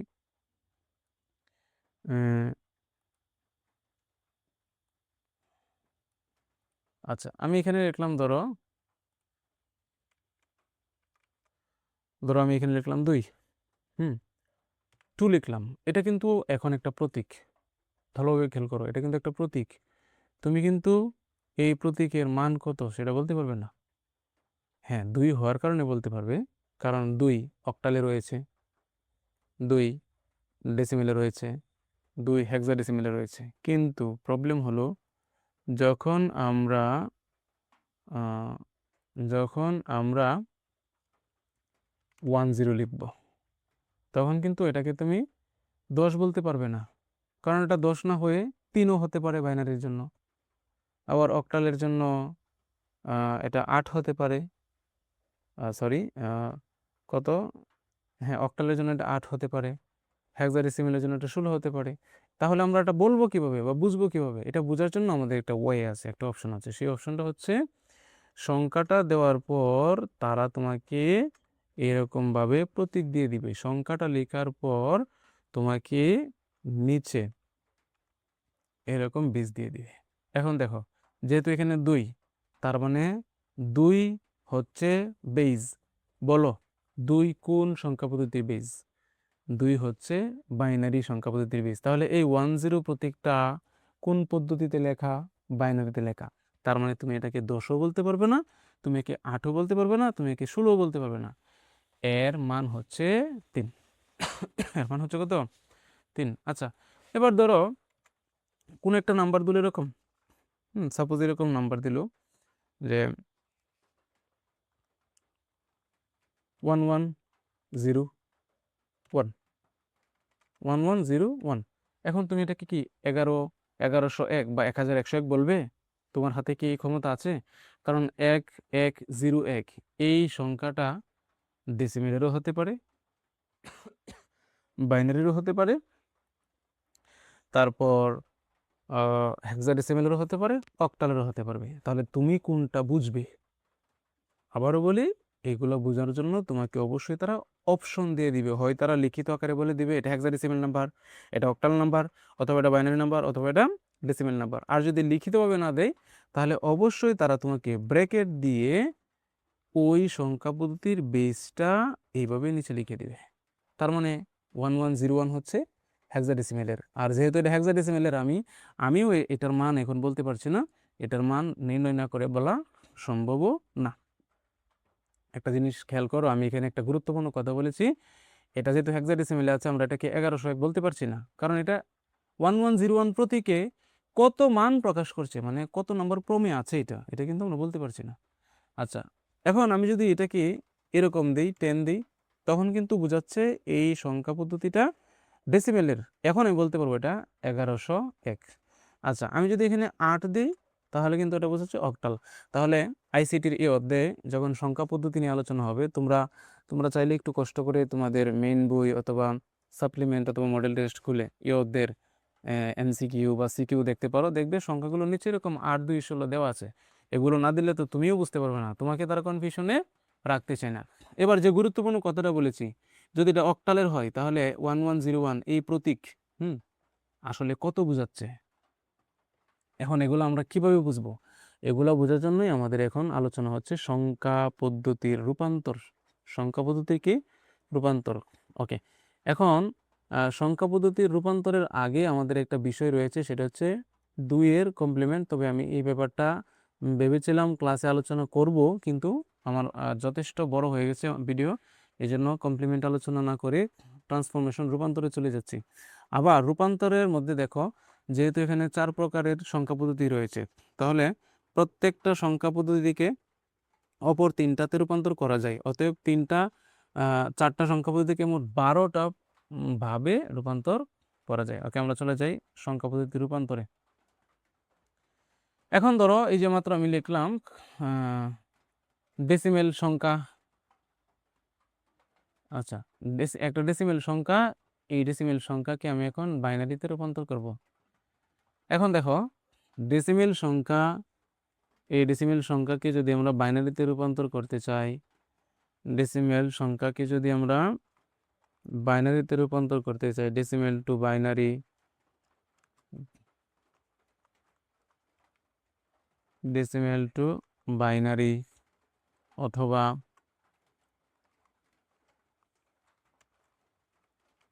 ডেসিমেল টু অক্টাল অথবা ডেসিমেল টু, একটু সংক্ষেপে লিখি হেক্সা। হ্যাঁ, হেক্সা মানে হেক্সা ডেসিমেল, হেক্সা মানে কিন্তু হেক্সা 6 না, হেক্সা ডেসিমেল, ডিই। আচ্ছা লিখে নিই, ডেসিমেল, হেক্সা ডেসিমেল। এখন তুমি এই তিনটার জন্য যা শিখবে তা একটা সাধারণ নিয়মে আসবে। ডেসিমেলকে যদি বাইনারি বানাতে চাই, ডেসিমেলকে যদি অক্টাল বানাতে চাই, ডেসিমেলকে যদি হেক্সাডেসিমেল বানাতে চাই, মানে এক কথায় আমরা ডেসিমেল থেকে অন্য তিনটায় যে যাব একটা কমন নিয়মে যাব। কি কমন নিয়ম? ডেসিমেল সংখ্যাকে বাইনারি বানানোর জন্য বাইনারির বেস দিয়ে ভাগ করব, ডেসিমেল সংখ্যাকে অক্টাল বানানোর জন্য অক্টাল বেস দিয়ে ভাগ করব, ডেসিমেল সংখ্যাকে হেক্সাডেসিমেল বানানোর জন্য হেক্সাডেসিমেলের বেস 16 দিয়ে ভাগ করব। আবার ডেসিমেলের সংখ্যাটা যদি ভগ্নাংশ হয় তখন বাইনারির জন্য 2 দিয়ে গুণ, ভাগ না করে 2 দিয়ে গুণ করব। ডেসিমেল সংখ্যাটা যদি ভগ্নাংশ হয় তবে অক্টালের জন্য 8 দিয়ে ভাগ না করে 8 দিয়ে গুণ করব, আর হেক্সাডেসিমেলের জন্য 16 দিয়ে গুণ করব। তার মানে ডেসিমেল থেকে বাইনারিতে যাওয়ার জন্য আমরা 2 ধরনের সংখ্যা পেতে পারি, একটা পূর্ণ সংখ্যা, একটা ভগ্নাংশ। পূর্ণ সংখ্যার ক্ষেত্রে যেই সংখ্যায় রূপান্তর করব সেই সংখ্যার বেস দিয়ে ভাগ, বাইনারির জন্য 2 দিয়ে ভাগ, অক্টালের জন্য 8 দিয়ে ভাগ, হেক্সাডেসিমেলের জন্য কত দিয়ে ভাগ? 16 দিয়ে ভাগ। আর যদি ডেসিমেলের সংখ্যাটা হয় ভগ্নাংশ, তখন বাইনারির জন্য 2 দিয়ে গুণ, অক্টালের জন্য 8 দিয়ে গুণ, হেক্সাডেসিমেলের জন্য 16 দিয়ে গুণ। মাইন্ড ইট, বেস দিয়ে ভাগ অথবা বেস দিয়ে গুণ। ওকে, এবার চলো আমরা শুরু করি। তো ডেসিমেলকে বাইনারিতে নিতে চাই, সংখ্যা দিলাম, একটা ছোট্ট সংখ্যা দিই ডেসিমেলকে বাইনারিতে নেওয়ার জন্য। ধরো একটা সংখ্যা দিলাম 32 অথবা 33। ওকে, 33 একটা সংখ্যা দিলাম। দেখো এই 33 সংখ্যাটা এখন আমরা কি করব, যেহেতু 33 একটা পূর্ণ সংখ্যা, অবশ্যই 2 দিয়ে মানে বাইনারির বেস দিয়ে ভাগ করতে হবে। এই যে দেখো ভাগ করতে হবে। হ্যাঁ, তাহলে এখন বলো 33কে 2 দিয়ে ভাগ করলে ফল কত? 16। অবশিষ্ট কত? 1। ফলটাকে ফলের ঘরে বসালাম, ভাগশেষকে ভাগশেষের ঘরে বসালাম। এবার এই ফলকে খেয়াল করো, এই ফলকে আবারও আমরা 2 দিয়ে ভাগ করব, মানে প্রত্যেকবার বেস দিয়ে ভাগ করব ফলকে। ওকে, দেখো 16/2। হ্যাঁ, 16/2, এই যে 16/2, ফল কত? 8, 8 দুগুণে 16, অবশিষ্ট কত বা ভাগশেষ কত? 0। ওকে, এখন আমরা ফল পেলাম 8, এই ফলকে আবার ভাগ করব 2 দিয়ে, ফল পাবো 4, অবশিষ্ট 2, 0। এই ফলকে মানে 4কে আবার ভাগ করব 2 দিয়ে, প্রত্যেকবার আমরা ফলকে 2 দিয়ে ভাগ করব আর একটা ভাগফল পাবো, একটা ভাগশেষ পাবো। এবার 2কে আবার ভাগ করব 2 দিয়ে, ফল হবে 1। দেখো এই যে ফল হচ্ছে 1 আর অবশিষ্ট 0। এবার এই 1কে যখন 2 দিয়ে ভাগ করব, স্বাভাবিক বিষয়, 1কে তো 2 দিয়ে ভাগ যাবে না, ফল হবে 0 আর ভাগশেষ 1। পূর্ণ সংখ্যার ক্ষেত্রে যখন ফল 0 চলে আসবে তখনই আমাদের কাজ শেষ। এখন তাহলে ফল নেওয়ার পালা। ফলটা কিভাবে নেব? যখন আমরা এভাবে কাজ করব তখন ভাগশেষের দিকে আমাদের নজর থাকবে। আমাদের এই কাজ শেষ হলে নজর থাকবে ভাগশেষের দিকে, ভাগশেষের দিকে নজর থাকবে এবং আমরা নিচ থেকে উপরের দিকে সংখ্যাগুলো লিখতে শুরু করব। তাহলে এখানে 1, প্রথম সংখ্যা হচ্ছে 1, দ্বিতীয় সংখ্যা হচ্ছে 0, তৃতীয়টা হচ্ছে 0, চতুর্থ 0, আবার 0, আবার 1। তার মানে এই 33 এর বাইনারি মান হচ্ছে 100001। মনে রাখবে আমরা কোত্থেকে আসব? আমরা আসব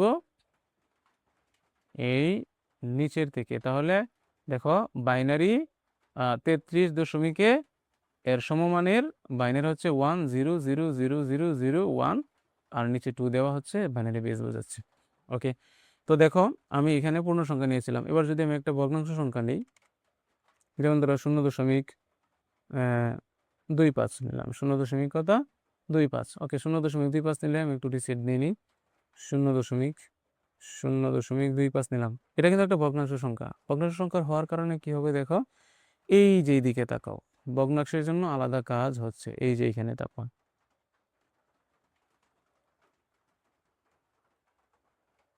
এই, ঠিক আছে, ভগ্নাংশের জন্য। এবার দেখো ভগ্নাংশের ক্ষেত্রে আমরা কি করব বলেছিলাম, বেস দিয়ে গুণ করব। তো ভগ্নাংশ যেহেতু 0.25, এই যে দেখো 0.25 ইন্টু 2, এই দুটাকে যদি তুমি ক্যালকুলেটরে গুণ করো, ক্যালকুলেটরে গুণ করলে পাবে 0.05। তো এখানে যেহেতু পূর্ণ সংখ্যা নেই, তার মানে এই জিরোটা থাকবে, আর 0.5 চলে যাবে আবার ভগ্নাংশের ঘরে। এই ভগ্নাংশকে এই ভগ্নাংশকে আবার আমরা 2 দিয়ে কি করব, গুণ করব।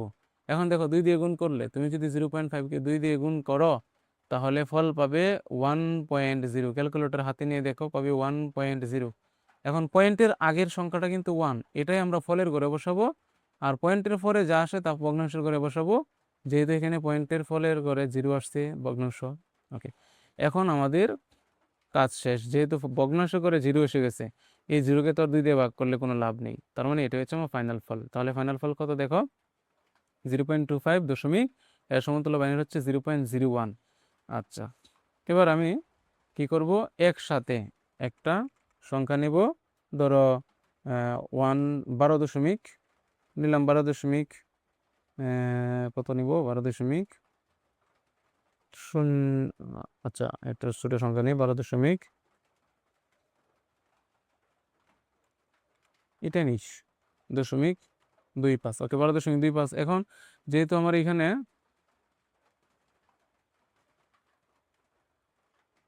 12.25, আচ্ছা, তো দেখো প্রথমে পূর্ণ সংখ্যা 12, এই যে পূর্ণ সংখ্যা 12, এটার কাজ হবে 12কে 2 দিয়ে ভাগ করলে 6, বাক্সের 0। আবার 6কে 2 দিয়ে ভাগ করলে ফল 3, বাক্সের 0। আবার 3কে 2 দিয়ে ভাগ করলে ফল 1, বাক্সের 1। আবার 1কে 2 দিয়ে ভাগ করলে ফল 0, বাক্সেস 1। দেখো আমার পূর্ণ সংখ্যার কাজ শেষ। এবার কিন্তু ভগ্নাংশের কাজ চলে আসছে।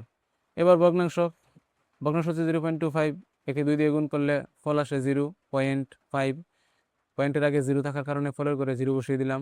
এবার ভগ্নাংশকে আবার 2 দিয়ে গুণ করব, 0.5কে 2 দিয়ে গুণ করলে 1 আসে, 1.0 আসে। তার মানে আমার এখানে কাজ শেষ। ফল দেখতে ক্লিক করুন, এই হচ্ছে আমার ফল। আশা করি বাইনারিতে রূপান্তর বোঝাতে পেরেছি। এবার কথা হচ্ছে, বাইনারিতে তো গেলাম, এবার অক্টাল।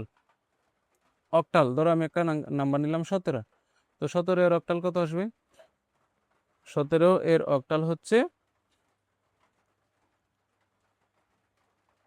17 এর অক্টাল বের করার জন্য, যেহেতু 17 একটা ডেসিমেল নাম্বার, এই জন্য ডেসিমেল নাম্বারকে অক্টালের বেস দিয়ে ভাগ করব। পূর্বে ছিলাম বাইনারিতে, বাইনারি বেস দিয়ে ভাগ করেছিলাম। এবার অক্টালের বেস হচ্ছে 8। দেখো 17/8, এইখানে একটু খেয়াল করে মার্কিং করে দেখাচ্ছি।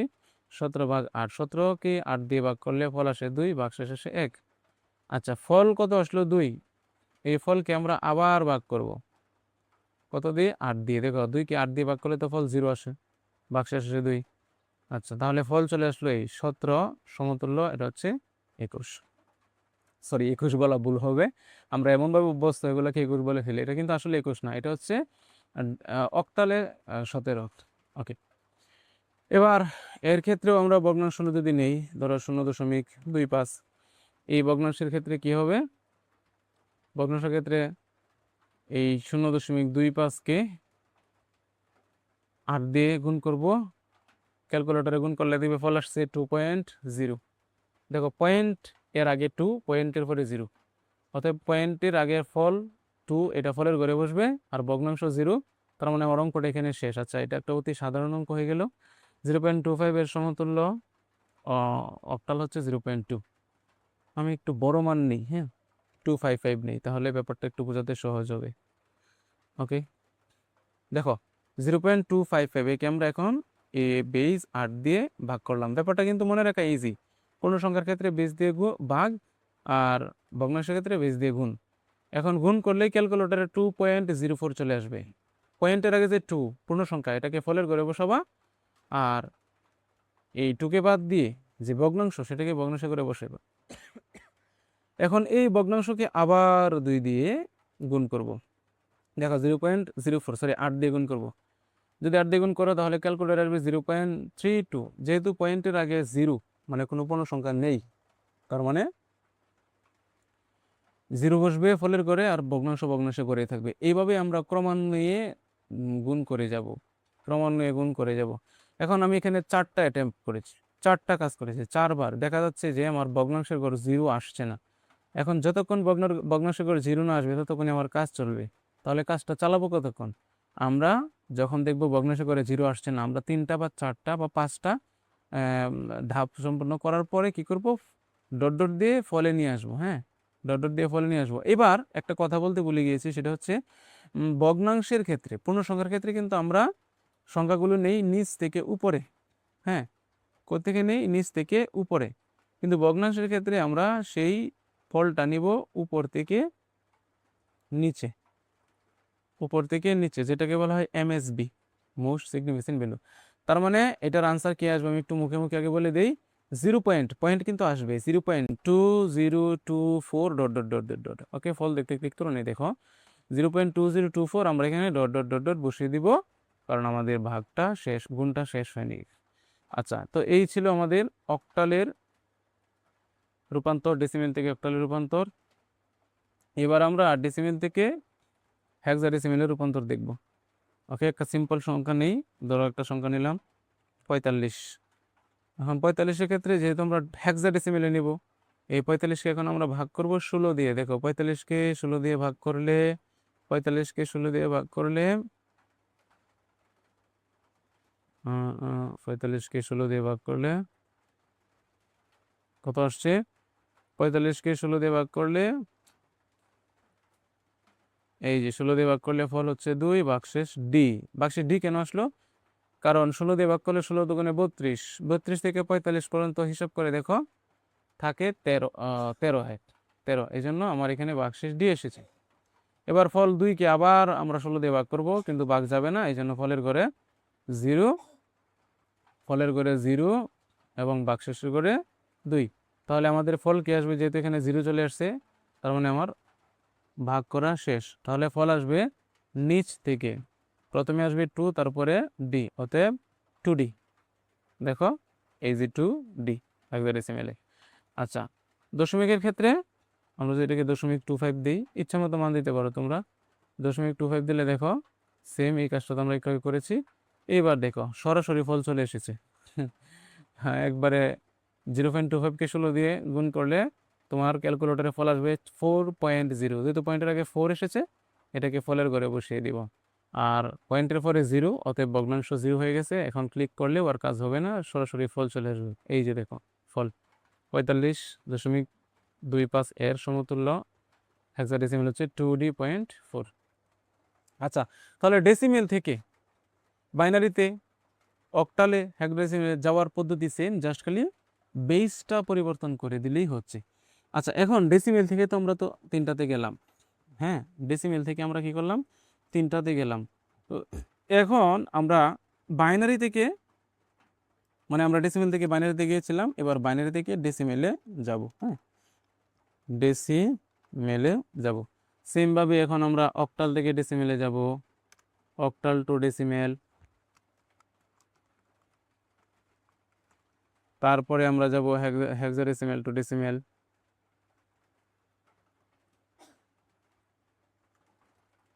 মানে এটা হচ্ছে এখন রিটার্ন, ইউটার্নে চলে যাব আমরা, ইউটার্ন রিটার্ন যাই বলো, ঠিক আছে। এখন এই যে 3টা পদ্ধতি থেকে আমরা ডেসিমেলে ফিরবো, এটারও একটা কমন রুলস আছে, কমন নিয়ম আছে। সেই কমন নিয়মটা জানি, চলো। তো এই জন্য আমাদেরকে প্রথমে কি করতে হবে খাতার মধ্যে, আচ্ছা আমি তো একটু ডিভাইসে করছি, এটা তোমাদের জন্য বুঝতে যদি কষ্ট হয়ে যায় তাহলে আশা করি তোমরা কমেন্ট করে জানিয়ে দিবে। ওকে, এখন আমরা চলো বুঝি বিষয়টা কি। বাইনারি থেকে আমরা ডেসিমেলে ফিরবো। বাইনারি থেকে যদি ডেসিমেলে ফিরি, তাহলে বাইনারি থেকে ডেসিমেলে ফিরবো। আচ্ছা, এখন আমরা এখানে একটা বাইনারি মান ইনপুট করি, 1101।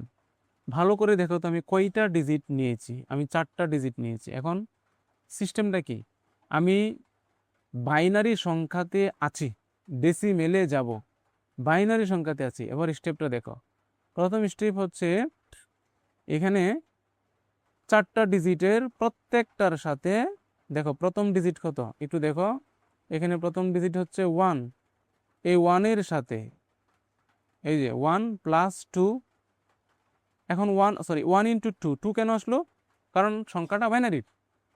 এবার 2 এর উপর একটা পাওয়ার দেখতে পাচ্ছ 3, হ্যাঁ আমাদের কাজ হচ্ছে বেজের উপরে পাওয়ার দেওয়া। এখন পাওয়ারটা শুরু হবে কত থেকে, যেহেতু আমি এখানে 4টা ডিজিটের সংখ্যা নিয়েছি, অতএব পাওয়ার শুরু হবে 3 থেকে।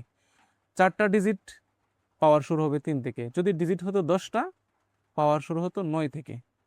আচ্ছা, তাহলে প্রথম ডিজিট ইন্টু বেস পাওয়ার 3, তারপরে প্লাস দিয়ে দ্বিতীয় ডিজিট ইন্টু বেস পাওয়ার 2, দেখো পাওয়ার 3 থেকে কমে আসলো। তারপর তৃতীয় ডিজিট 0 ইন্টু 2^1, আবার প্লাস চতুর্থ ডিজিট ইন্টু 2^0। তাহলে এখানে প্যাটার্নটা কি, প্যাটার্নটা হচ্ছে প্রত্যেকটা ডিজিটের সাথে এই সংখ্যা পদ্ধতির কার, আমরা যেই পদ্ধতিতে আছি তার বেসকে গুণ করব। তাহলে প্রথম ডিজিট ইন্টু বেস উপরে পাওয়ার, প্লাস দ্বিতীয় ডিজিট ইন্টু বেস উপরে পাওয়ার, প্লাস তৃতীয় ডিজিট ইন্টু বেস উপরে পাওয়ার, তারপর হচ্ছে প্লাস চতুর্থ digit into base to the power. এখন পাওয়ারের ক্ষেত্রে ব্যাপারটা হচ্ছে যদি ডিজিট থাকে 10টা, পাওয়ার শুরু হবে 9 থেকে, ডিজিট এখানে আছে 4টা, পাওয়ার শুরু হয়েছে 3 থেকে। আচ্ছা, এখন স্টেপ তো বুঝলাম। এরপরে 1 × 2^8, হ্যাঁ 2^8, দেখো আমি এই ফলগুলো নিয়ে আসলাম।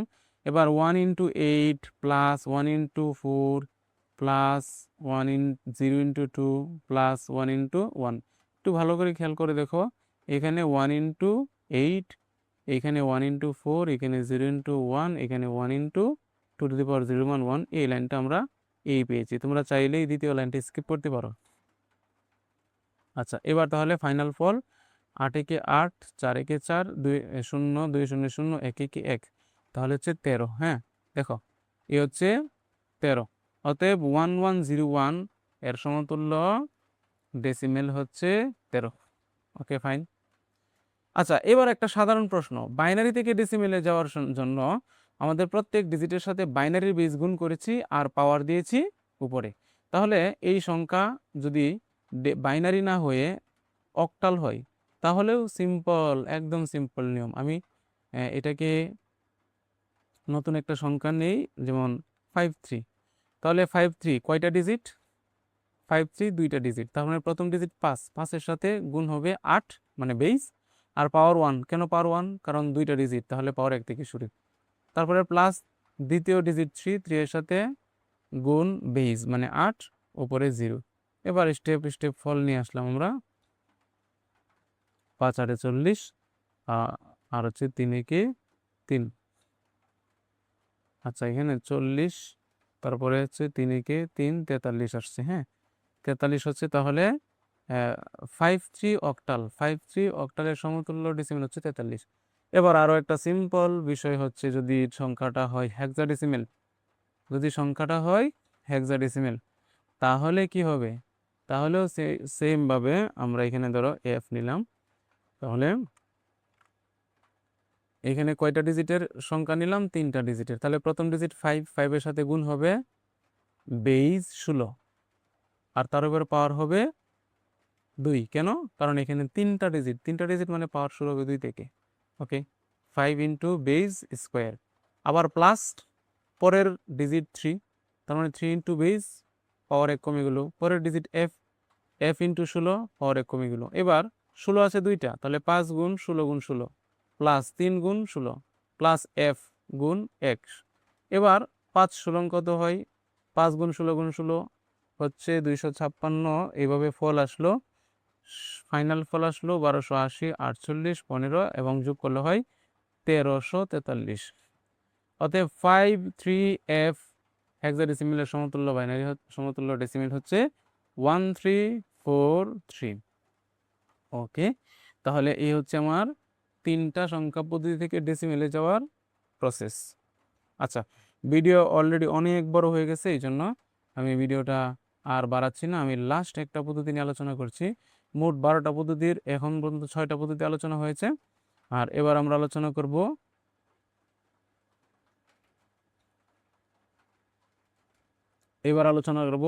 কিভাবে একটা অক্টালকে বাইনারিতে রূপান্তর করা যায়। অক্টালকে কিভাবে বাইনারিতে রূপান্তর করা যায়। আমরা একটা অক্টাল নাম্বার নিব। হ্যাঁ, একটা অক্টাল নাম্বার নিব, যেমন ধরো 754। হ্যাঁ, 754 অক্টাল নাম্বারটা নিলাম।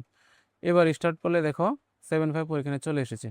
তোমরা মনে রাখবে অক্টাল থেকে বাইনারি, বাইনারি থেকে অক্টাল, এই কাজগুলো করার সময় আমরা অক্টালের প্রত্যেকটা ডিজিটকে 3 বিটের মানে 3টা ডিজিটের বাইনারিতে রূপান্তর করব। এবং এটার একটা সহজ টেকনিক আছে, তোমরা টেকনিকটা এখানে একটু খেয়াল করো। আমি এইখানে একটা ছক রেখেছি, এই যে দেখো মার্ক করলাম, এখানে একটা ছক রেখেছি, উপরে ডান পাশ থেকে 1 to 4 লিখেছি। তো এখানে বাইনারি থেকে যখন আমরা অক্টাল, অক্টাল থেকে বাইনারি কাজ করব, তখন দেখো প্রথম ডিজিটটা কত, একটু ভালোভাবে দেখো, প্রথম ডিজিটটা কত, 7। আমরা এই বক্সের মধ্যে 4 2 1 এদেরকে যোগ করে দেখব 7 কত দিয়ে হয়। দেখো 4 2 আর 1, এই তিনটাকে যোগ করলে কিন্তু মূলত 7 হয়। এখন এই ডিজিটটা, এই তিনটার যেগুলোর যোগফলের সমন্বয় হবে তাদের নিচে 1 বসবে, আর যারা আসবে না তাদের নিচে 0 বসবে। কেমন, একটু এক্সাম্পল দিয়ে দেখিয়ে দিই। দেখো 7, তাহলে 4 2 1, 4 আর 2 6, 6 আর 1 7। তার মানে 7 সংখ্যাটা তৈরি হওয়ার জন্য এই তিনটা ডিজিটেরই যোগফল লাগছে। অতএব 4 এর নিচে 1 বসবে, 2 এর নিচে 1 বসবে, 1 এর নিচেও 1 বসবে। এই যে দেখো চলে আসছে 1 1 1। তার মানে এই 7 এর জন্য সমতুল্য বাইনারি মান হচ্ছে 111। ওকে, এই যে 111 চলে আসলো 7 এর নিচে। আবারও বলি, এটা হচ্ছে octal to binary. Octal to বাইনারির ক্ষেত্রে কি হবে, অক্টাল টু বাইনারির ক্ষেত্রে প্রত্যেকটা ডিজিটের 3 ডিজিট বাইনারি মান হবে। আচ্ছা, পরবর্তী ডিজিটটা দেখো 5। এখন এইখানে দেখো তো কাদেরকে যোগ করলে 5 হয়। 4 আর 2 যোগ করলে কি 5 হয়? না। 2 আর 1 যোগ করলে কি 5 হয়? না। 4 আর 1 যোগ করলে 5 হয়। দেখো 4 আর 1 যোগ করলে, এই 4 আর এই 1 যোগ করলে 5 হয়।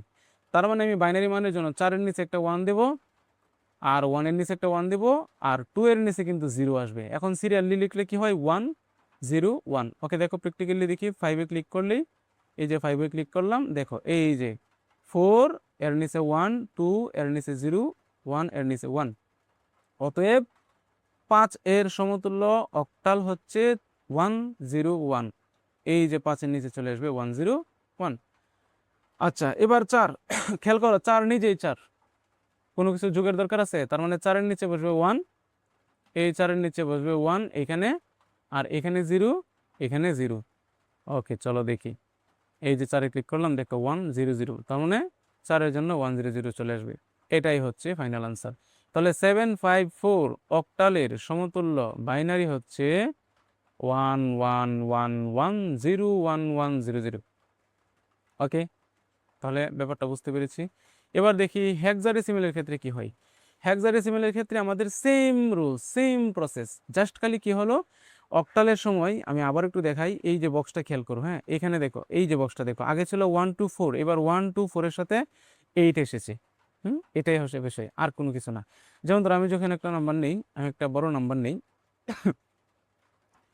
আমি আবার এফ নিলাম, এফ। ওকে, 4 ডিজিট নিলাম। এবার অক্টাল টু বাইনারিতে আমরা অক্টালের প্রত্যেক ডিজিটের জন্য 3টা ডিজিটের বাইনারি পেয়েছিলাম। এবার হেক্সাডেসিমেলের প্রত্যেক ডিজিটের জন্য 4টা ডিজিটের বাইনারি পাবো। তো এখানে যেহেতু 7 আছে, খেয়াল করো 8 7 8 4 2 1, এদের মধ্যে কাদেরকে যোগ করলে 7 হয়? 4। আচ্ছা, আমি একটু চেঞ্জ করি, সংখ্যাটা একটু চেঞ্জ করে নিই, এটা একই সংখ্যা। আচ্ছা, সংখ্যাটা চেঞ্জ করে নেই, এখানে নেই 8F 9 নিলাম। ওকে, 8F9।